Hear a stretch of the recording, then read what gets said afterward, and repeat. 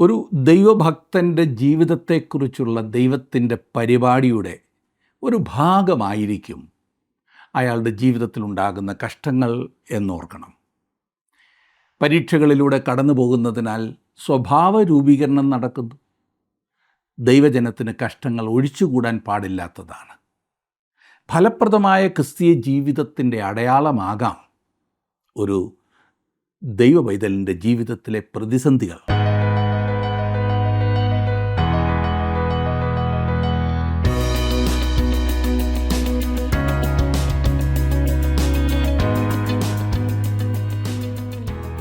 ജീവസന്ദേശം പ്രോഗ്രാമിലേക്ക് സ്വാഗതം. ക്രിസ്തുവിൽ വിശ്വസിപ്പാൻ മാത്രമല്ല, അവനുവേണ്ടി കഷ്ടമനുഭവിപ്പാനും കൂടെ നിങ്ങൾക്ക് വരം നൽകിയിരിക്കുന്നുവെന്ന് വിശുദ്ധ പൗലോസ് ഫിലിപ്പിയർക്ക് എഴുതിയിരിക്കുന്നു. തെസ്സലോനിക്കയിലുള്ള ജനം അവരുടെ കഷ്ടങ്ങളിൽ എന്തു ചെയ്തു എന്ന് നമുക്ക് നോക്കാം. 1 തെസ്സലോനിക്കർ 3-ാം അധ്യായം 3 മുതൽ 8 വരെയുള്ള വാക്യങ്ങൾ.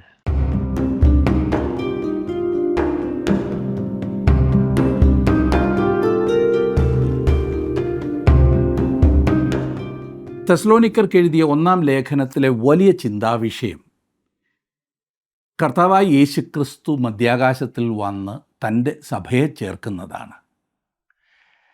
ഇനി 2-ാം ലേഖനത്തിലെ വലിയ വിഷയം ക്രിസ്തുവിൻ്റെ വെളിപ്പാടാകുന്നു. അതായത് തൻ്റെ രാജ്യം സ്ഥാപിക്കുവാനായി ക്രിസ്തു ഭൂമിയിലേക്ക് വരുന്നതും രാജ്യം സ്ഥാപിക്കുന്നതുമാണ്. ഇവിടെ എന്നെ ചിന്തിപ്പിക്കുന്ന വിഷയം ഈ ഉപദേശങ്ങളുടെ പ്രവൃത്തിപരമായിട്ടുള്ള വശമാണ്.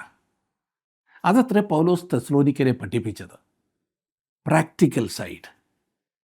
ഇന്ന് ക്രിസ്തുവിൻ്റെ പുനരാഗമനത്തെക്കുറിച്ചും പ്രവചനത്തെക്കുറിച്ചും ഒക്കെ പഠിപ്പിക്കുന്നവർ ഈ പ്രവൃത്തിപരമായിട്ടുള്ള കാര്യം അങ്ങ് കളഞ്ഞിരിക്കുകയാകുന്നു എന്ന് തോന്നും. ജനങ്ങളെ ഇളക്കി സംസാരിക്കുവാൻ കൊള്ളാകുന്നതും തർക്കിക്കുവാൻ കൊള്ളാകുന്നതുമായ എന്തോ ഒരു വിഷയം എന്നതിലുപരിയായി പലർക്കും ഇത് ജീവിതത്തിൽ യാതൊരു അർത്ഥവും നൽകുന്നില്ല എന്നത് ശോചനീയമാണ്. തെസ്സലോനിക്കർക്ക് എഴുതിയ 1-ാം ലേഖനം 3-ാം അധ്യായത്തിലേക്ക് വരുമ്പോൾ അവിടുത്തെ ചിന്താവിഷയം ക്രിസ്തുവിൻ്റെ പുനരാഗമനം എന്നുള്ളത് വിശുദ്ധീകരിക്കുന്ന ഒരു പ്രത്യാശയത്രേ എന്നാണ്. 3-ാം അധ്യായത്തിൻ്റെ ആദ്യത്തെ 2 വാക്യങ്ങൾ നാം ചിന്തിച്ചു. ഇനിയും ആദ്യത്തെ ആ 2 വാക്യങ്ങൾ ഞാൻ ഒന്നുകൂടി വായിച്ചാരംഭിക്കട്ടെ. അവിടെ നാം വായിക്കുന്നത്, ആകയാൽ സഹിച്ചുകൂടാഞ്ഞിട്ട് ഞങ്ങൾ അഥേനയിൽ തനിച്ചിരിക്കേണ്ടി വന്നാലും വേണ്ടതില്ല എന്ന് വെച്ച് ഈ കഷ്ടങ്ങളിൽ ആരും കുലുങ്ങിപ്പോകാതിരിക്കേണ്ടതിന് നിങ്ങളെ സ്ഥിരപ്പെടുത്തുവാനും നിങ്ങളുടെ വിശ്വാസം സംബന്ധിച്ച് നിങ്ങളെ പ്രബോധിപ്പിപ്പാനുമായിട്ട് നമ്മുടെ സഹോദരനും ക്രിസ്തുവിൻ്റെ സുവിശേഷ ഘോഷണത്തിൽ ദൈവത്തിൻ്റെ ശുശ്രൂഷകനുമായ തിമത്യോസിനെ അയച്ചു. ഇവിടെ ഈ കാണുന്ന കരുതൽ കാരണമാണ് പൗലോസ് തിമത്യോസിനെ തെസ്സലോനിക്കരുടെ അടുത്തേക്ക് അയച്ചത്. പൗലോസ് തിമത്യോസിനെ സംബോധന ചെയ്യുന്നത് ശ്രദ്ധിച്ചേ, നമ്മുടെ സഹോദരനും ദൈവത്തിൻ്റെ ശുശ്രൂഷകനും. ശുശ്രൂഷകൻ എന്ന പദത്തിന് ഗ്രീക്കിൽ ഉപയോഗിച്ചിരിക്കുന്നത് ഡിയക്കനോസ് എന്നത്രേ. അതിൽ നിന്നാണ് ഈ ഡീക്കൻ എന്നുള്ള ഇംഗ്ലീഷ് പദം ഉണ്ടായിരിക്കുന്നത്. അക്ഷരാർത്ഥത്തിൽ അത് ദാസൻ എന്നത്രേ. ശുശ്രൂഷകൻ എന്നുള്ള നമ്മുടെ തർജ്ജിമ വളരെ ശരിയാണ്. അതെ, ആ അർത്ഥത്തിൽ എടുക്കണം എന്ന് മാത്രം. തിമത്യോസിനെ കുറിച്ച് പറഞ്ഞിട്ടുള്ളതിൽ ഒരു കാര്യം നമ്മുടെ ഈ പരിഭാഷയിൽ ഉൾപ്പെടുത്താതെ പോയി. ക്രിസ്തുവിൻ്റെ സുവിശേഷ ഘോഷണത്തിൽ നമ്മുടെ സഹപ്രവർത്തകനും എന്നുള്ളതാണ്. ഓർക്കണം, ദൈവത്തിൻ്റെ വേലയിൽ തന്നോടൊപ്പം നിന്നിരുന്ന വ്യക്തി എന്ന് തിമത്യോസിനെക്കുറിച്ച് പറയുവാൻ പൗലോസിന് അഭിമാനമുണ്ടായിരുന്നു. അല്ലെങ്കിൽ അതിന് യാതൊരു മടിയും ഉണ്ടായിരുന്നില്ല എന്ന് ചുരുക്കം. സുവിശേഷ ഘോഷണത്തിൽ ഒരുമിച്ച് നിന്നവർ, ക്രിസ്തീയ സഭയിലെ ഈ നവീകരണക്കാർ എന്ന് അവകാശപ്പെടുന്ന ലിബറൽസ് എന്നൊക്കെ വിളിക്കുന്ന ഈ കൂട്ടർ, തങ്ങൾ മാത്രമാണ് സുവിശേഷ ഘോഷണത്തിൽ എന്തെങ്കിലും കാര്യമായി ചെയ്യുന്നത് എന്ന വിധത്തിൽ സുവിശേഷ വിഹിതരെ, അതായത് ഇവാഞ്ചലിക്കൽസിനെ വിമർശിക്കാറുണ്ട്.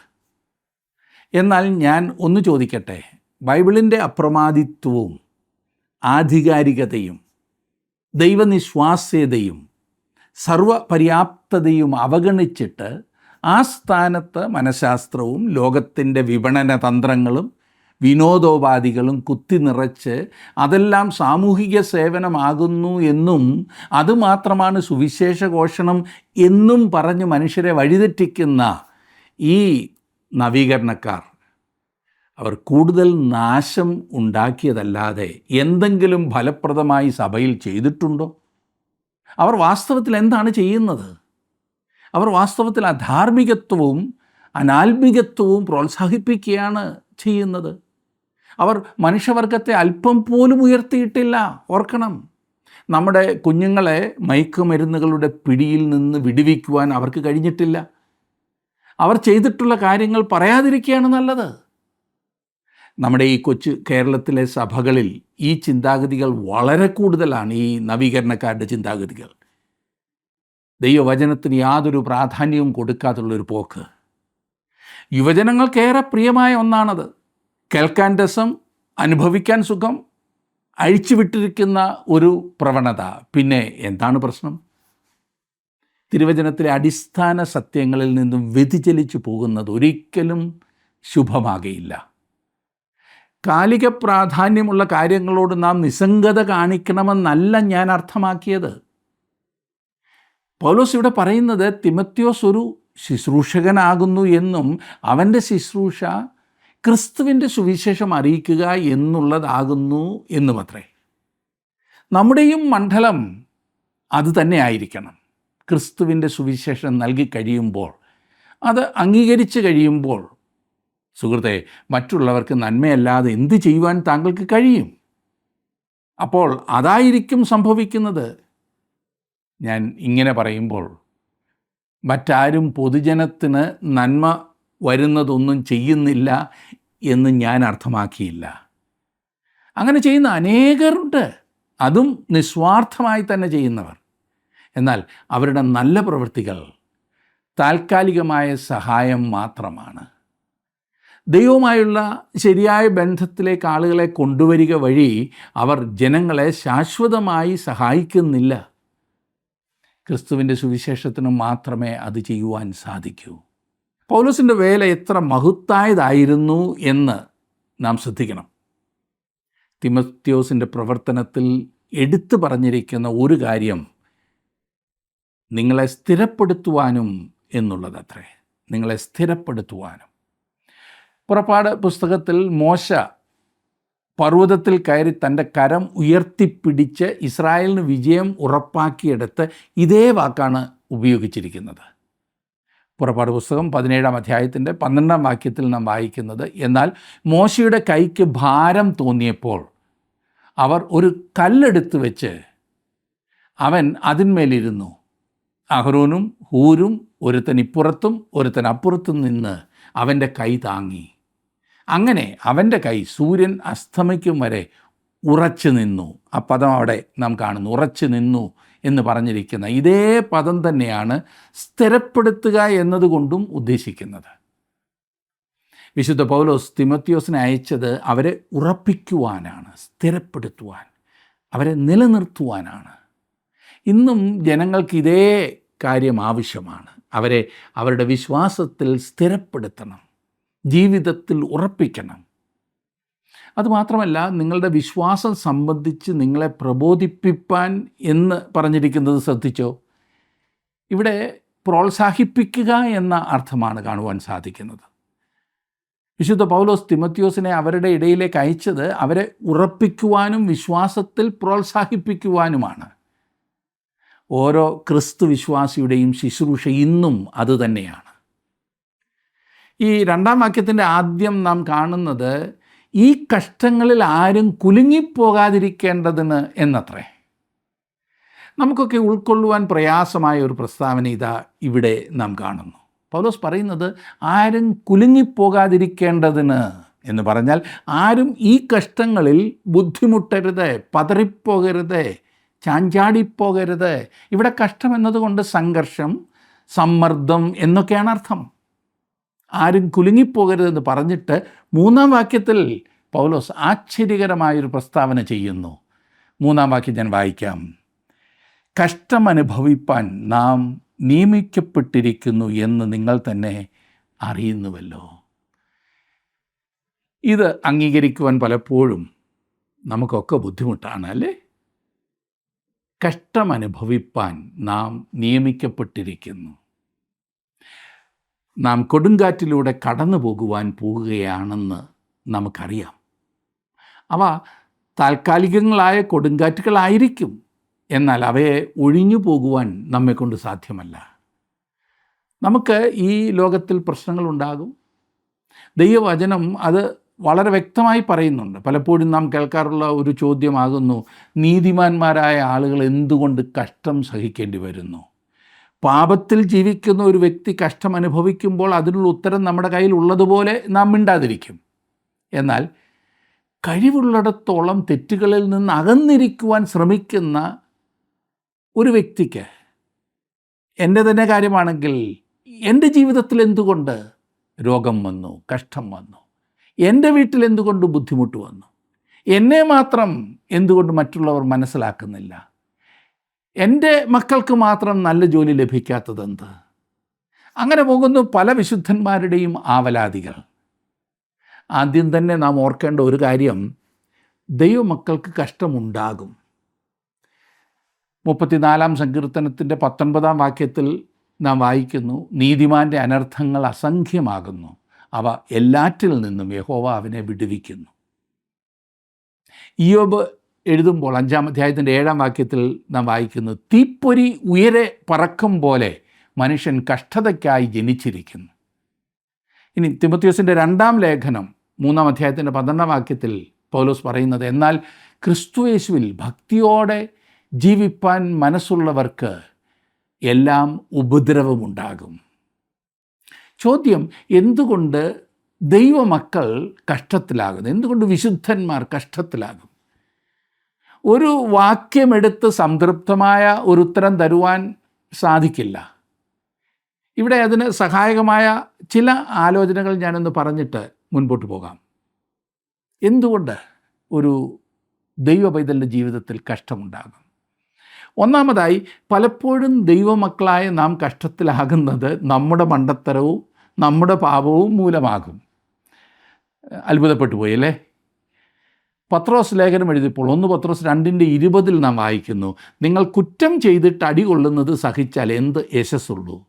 അല്ല, നന്മ ചെയ്തിട്ട് കഷ്ടം സഹിച്ചാൽ അത് ദൈവത്തിന് പ്രസാദം. ഇവിടെ കുറ്റം എന്നതിന് ഉപയോഗിച്ചിരിക്കുന്ന വാക്ക് വീഴ്ച അല്ലെങ്കിൽ ലക്ഷ്യത്തിൽ നിന്നും മാറി ചെയ്യുന്ന പാപത്തെ കാണിക്കുന്നതാണ് വീഴ്ച. വേറെ വിധത്തിൽ പറഞ്ഞാൽ പത്രോസ് പറയുകയാണ്, നിങ്ങളുടെ തന്നെ മണ്ടത്തരത്താൽ നിങ്ങൾ ലക്ഷ്യത്തിൽ നിന്ന് വീണിട്ട് കഷ്ടം സഹിച്ചാൽ അതിന് യാതൊരു യശസ്സും ഇല്ല എന്നത്രേ. ഉദാഹരണത്തിന്, അമിത പലിശയ്ക്ക് പണം നിക്ഷേപിക്കുന്നത് ശരിയായ നടപടിയല്ല എന്നറിഞ്ഞിട്ട് പോയി നിക്ഷേപിച്ചുള്ളത് മുഴുവൻ നഷ്ടപ്പെടുമ്പോൾ അതുമൂലമുണ്ടാകുന്ന കഷ്ടപ്പാട് നിങ്ങളുടെ മണ്ടത്തരമല്ലേ?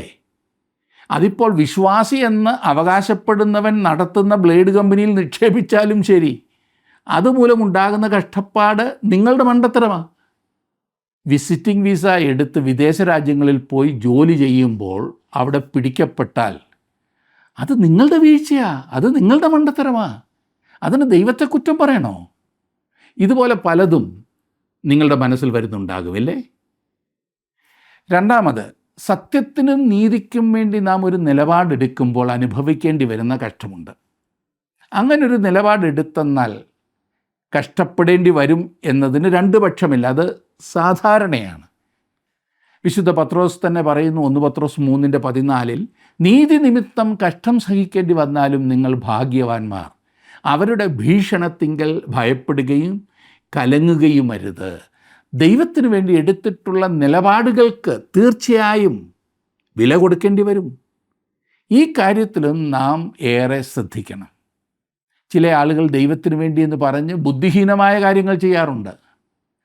സുവിശേഷീകരണത്തിൽ അമിത ആവേശം കാണിക്കുന്ന പലരും മറ്റുള്ളവരെ പ്രകോപിപ്പിക്കുന്നത് മണ്ടത്തരമാകുന്നു എന്നോർക്കണം.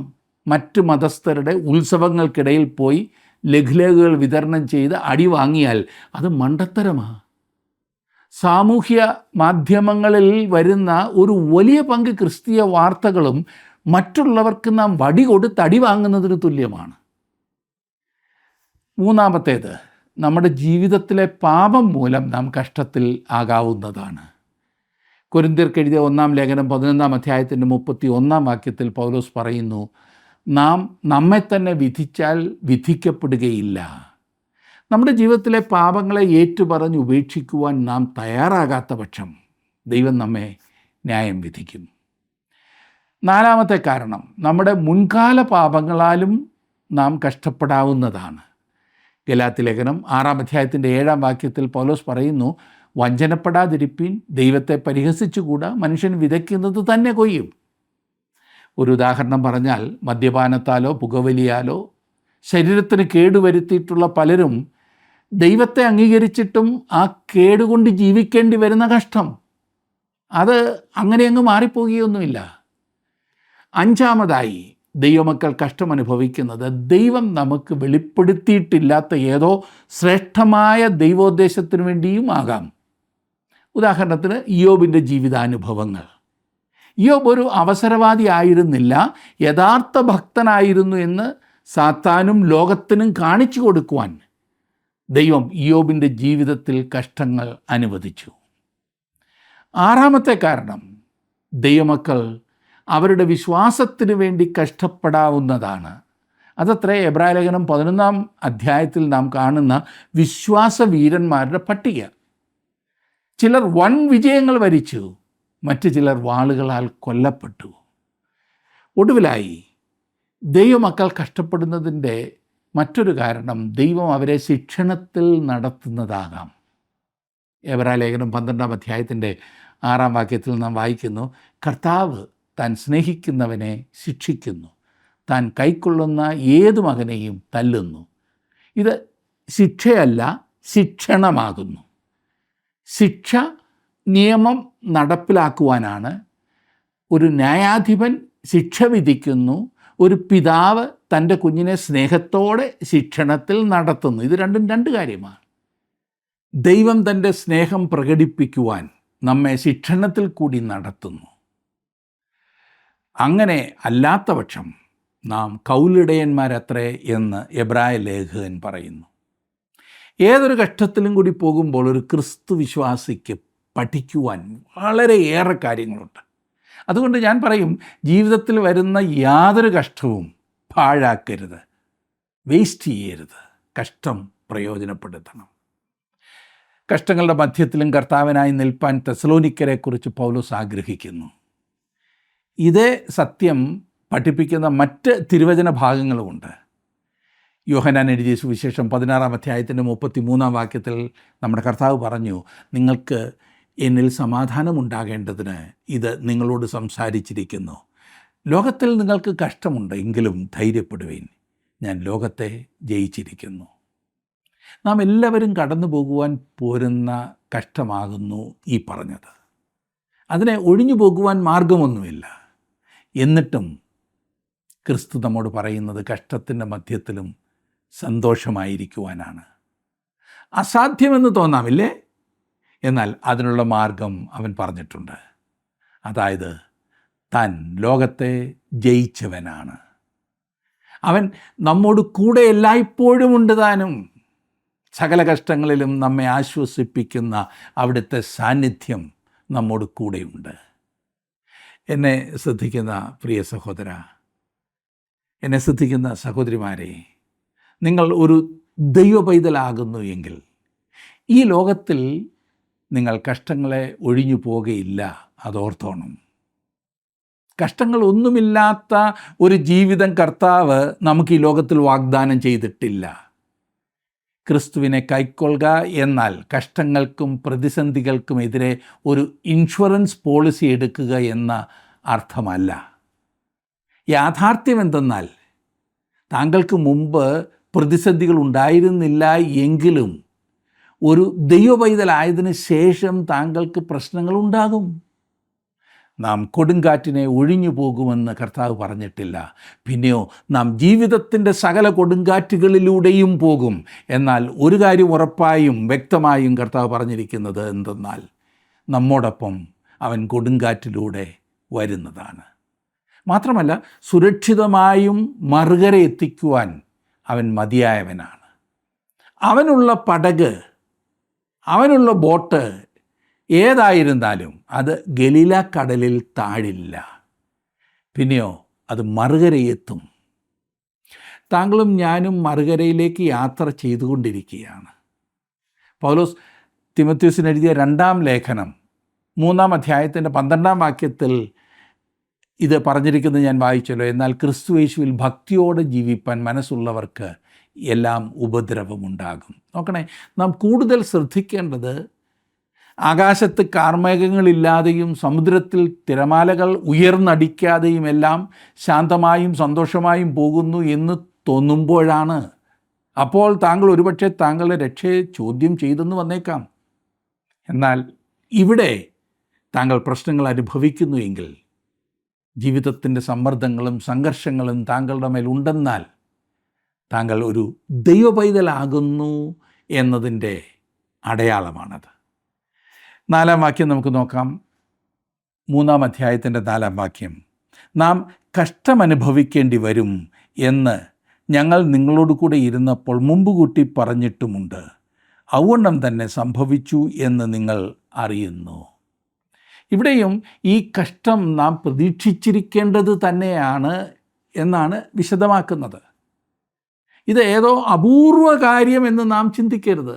പൗലോസ് പോയി പഠിപ്പിക്കുന്നിടത്തൊക്കെ ഒന്നും മറച്ചു വെക്കാതെ അവൻ പഠിപ്പിച്ചു. എത്ര മനോഹരമാണല്ലേ! നാം ഇപ്പോൾ കാണുന്ന നാട്ടു നടപ്പിന് വിപരീതമാണത്. ഞങ്ങളുടെ കൂടെ വന്നാൽ പിന്നെ പ്രയാസമായിരിക്കുമെന്ന് പറഞ്ഞ് ആരെങ്കിലും വന്നാൽ അങ്ങനെയുള്ളവരെ പിൻപറ്റുവാൻ അധികം ആരും തുനിയില്ല. അങ്ങനെയുള്ള സഭകളിൽ അധികം ആരും പോകില്ല. എല്ലാവരും പറയുന്നത് ഞങ്ങളെ വിജയിപ്പിച്ചാൽ ഞങ്ങൾ നാട് സ്വർഗമാക്കാം, പിന്നെ ദാരിദ്ര്യമുണ്ടായിരിക്കുകയില്ല, എങ്ങും ഒരു പ്രശ്നവും ഉണ്ടാകില്ല എന്നത്രേ. ഇത് വിശ്വസിച്ച് നാം അവരുടെ പുറകെ ഇറങ്ങിത്തിരിച്ചാൽ സംഭവിക്കുവാൻ പോകുന്നത് എന്താണെന്ന് എല്ലാവർക്കും അറിയാം. അറിയില്ലെങ്കിൽ അനുഭവിക്കുമ്പോൾ അറിയും. എന്നാൽ യേശു കർത്താവും തൻ്റെ ശിഷ്യന്മാരും ഉള്ളതുപോലെ പറഞ്ഞു. അങ്ങനെയാണ് ആളുകളെ ക്ഷണിച്ചത്. താൻ അവരുടെ ഇടയിൽ സുവിശേഷവുമായി ആദ്യം ചെന്നപ്പോൾ പൗലോസ് പറയുന്നതിനെ പിൻപറ്റിയാൽ നിത്യമായ സന്തോഷമുണ്ടാകും എന്നല്ല, താൽക്കാലികമായ സന്തോഷം നഷ്ടപ്പെടുമെന്നും പൗലോസ് അറിയിച്ചു. ഇപ്പോൾ പൗലോസ് അതുതന്നെയാണ് ഓർപ്പിക്കുന്നത്. ഈ ഉണ്ടാകുന്ന കഷ്ടങ്ങൾ നമ്മുടെ വിശുദ്ധീകരണത്തിനാകും എന്ന് തീർച്ചയാണ്. അത് നമ്മെ ദൈവത്തോട് അടുപ്പിക്കും. കഷ്ടത സഹിഷ്ണുതയെയും, സഹിഷ്ണുത സിദ്ധതയെയും, സിദ്ധത പ്രത്യാശയെയും ഉളവാക്കുന്നു എന്നറിഞ്ഞ് നാം കഷ്ടങ്ങളിലും പ്രശംസിക്കുന്നു എന്ന് പൗലോസ് റോമാലേഖനത്തിൽ വ്യക്തമാക്കിയിട്ടുണ്ടല്ലോ. അപ്പോൾ കഷ്ടങ്ങളില്ലാതെ ഈ പറഞ്ഞ ഉയർന്ന പടികളിൽ കയറുവാൻ നമ്മെക്കൊണ്ട് സാധിക്കില്ല എന്നാണ് അതിൻ്റെ അർത്ഥം. ഇവിടെ പ്രതീക്ഷിച്ചത് തന്നെ വന്നു എന്ന് പൗലോസ് പറയുന്നു. ഇനിയും 5-ാം വാക്യം നോക്കിക്കാട്ടെ.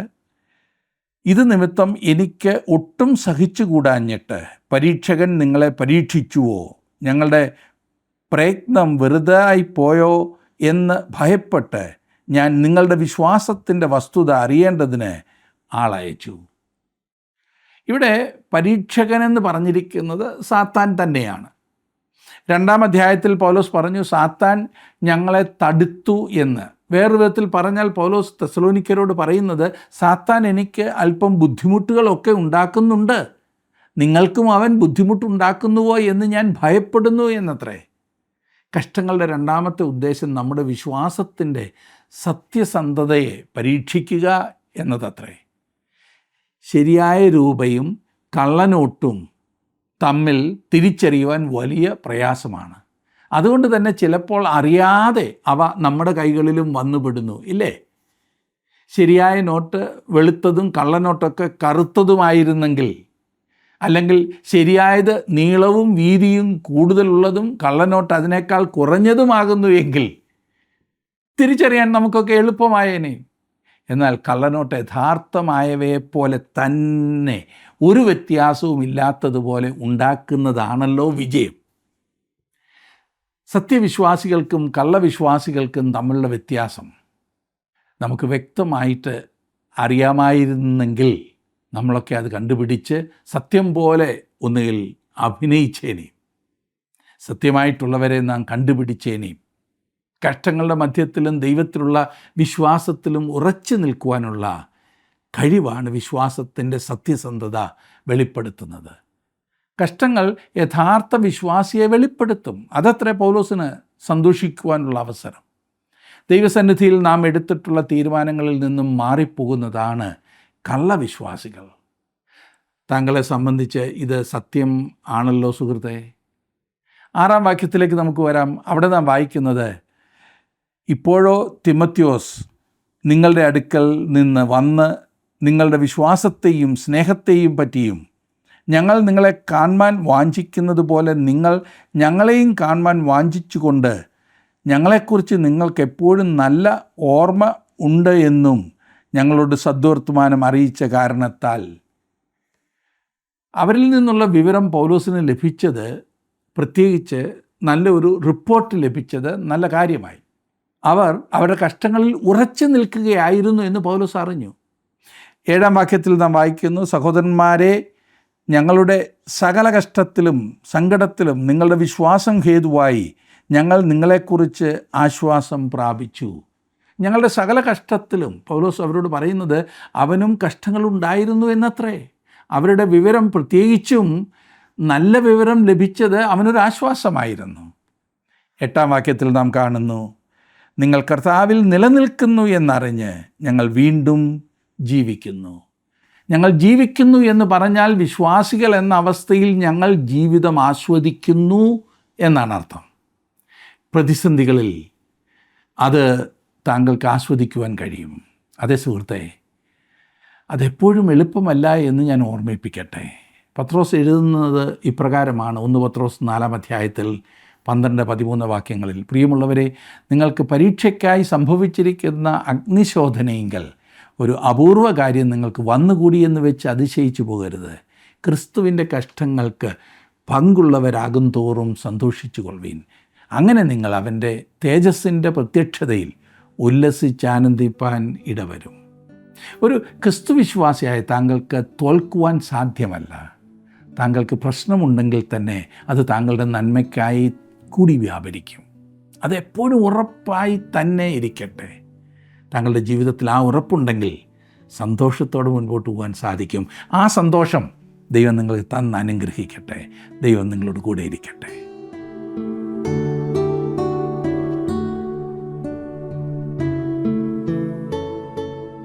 ദൈവം അബ്രഹാമിനെ പരീക്ഷിച്ചത് എങ്ങനെയെന്നാൽ എന്ന് പറഞ്ഞാണ് ഉൽപ്പത്തി പുസ്തകം 22-ാം അധ്യായം ആരംഭിക്കുന്നത്. നമ്മെ അധികം പ്രയോജനമുള്ളവരാക്കി തീർക്കുവാൻ ദൈവം ചെയ്യുന്ന എല്ലാ പ്രവർത്തനങ്ങൾക്കായും നമുക്ക് ദൈവത്തെ സ്തുതിക്കാം.